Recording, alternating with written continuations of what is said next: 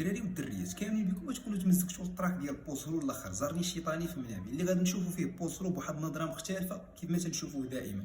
بوصلو ملي تيلوح الجديد كان تينزل المينياتور اللي هي الصوره تتعبر على الموضوع اللي غادي يدوي فيه بوصلو، ولكن هذه المره هذه غادي نشوفوا بوصلو بنظره مختلفه اللي غادي نشوفوا فيها بوصلو حاضر شخصيا في الفيديو ديالو وتيضرب على بيانو وتيغني. الصوره بيض وكحل بوصلو تيعزف على بيانو. الا شفتوا ليها مزيان الدري غادي يبان لكم داك البيسي فيه الصوره ديال الدري البشير اللي تعداو عليه 14 واحد في الموسم ديال مولاي عبد الله امغار الجهاد الجديده. ومن هنايا الدراري تيبين لكم ومن هنا الدراري تشوفوا ان بوسطي ضامن مع ولاد الشعب. الله اعلم انه الرابور الوحيد الدراري اللي باقي تيحسب ولاد الشعب وتيدوي عليهم في المواضيع ديالو. تيلوح الجديد تتلقاه داوي على ولاد الشعب وداوي على السياسه وتا الدين تيدوي عليه في التراكات ديالو الدراري بوصلوا، ولكن هذا التراك هذا مختلف تماما.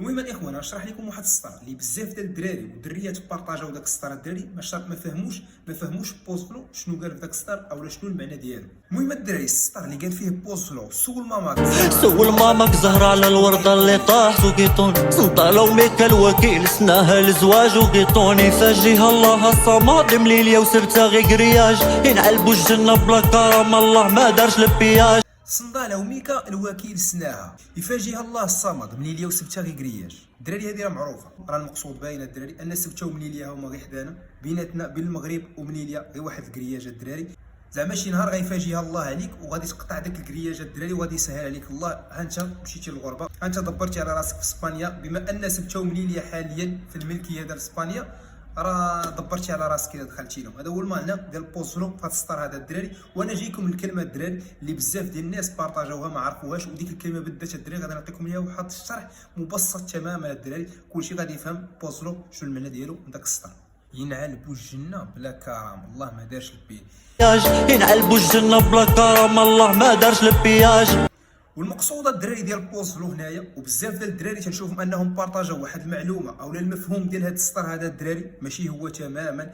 بوصلو هنا قصد ان الله سبحانه وتعالى الجنه ما دايرلاش ليها البياج. والمعنى ديال البياج الدراري راه معروفه، البياج هو الصنك اولا دي مثلا ملي تبغي تدخل لوطوروت خصك تادي واحد الواجب عاد تقدر تدخل لوطوروت.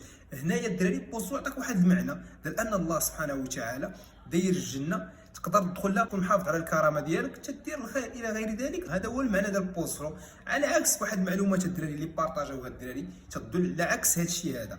تيقول لك ان بوصلو لا ما بيناش لنا شنو هو كاين بوز ملحد بوز ما عرف شنو. الدراري والمعلومه الدراري راه باينه. واحد الهضره بغيت نوصلها لاصحاب القنوات، ما فهمتيش السطر الدراري ما كاين لاش تشرحوا بواحد المعنى ديالك انت. ما فهمتيش السطر ما كاين لاش تشوه الصوره ديال الارتيست مع الناس. لا شنو قصد لا ملحد لا ما عرف شنو ما كاين لاش ديك الهضره الزايده الناقصه. ما فهمتيش السطر السلام عليكم. وخلي الناس اللي مختصه في الرياكشن وشرح كلمات الراب انها تعطيك معلومه صحيحه. بمعنى اخر واحد الانسان تيدير رياكشن على الراب ما فهمش واحد السطر يقدر يتواصل مع الارتيست ويقول له شنو المعنى ديال داك السطر. راه بزاف ديال الناس بارطاجاو ما فهموش المعنى ديالو، لهذا خليو المعلومه لاصحابها الشخصيين. دوزوا بخير.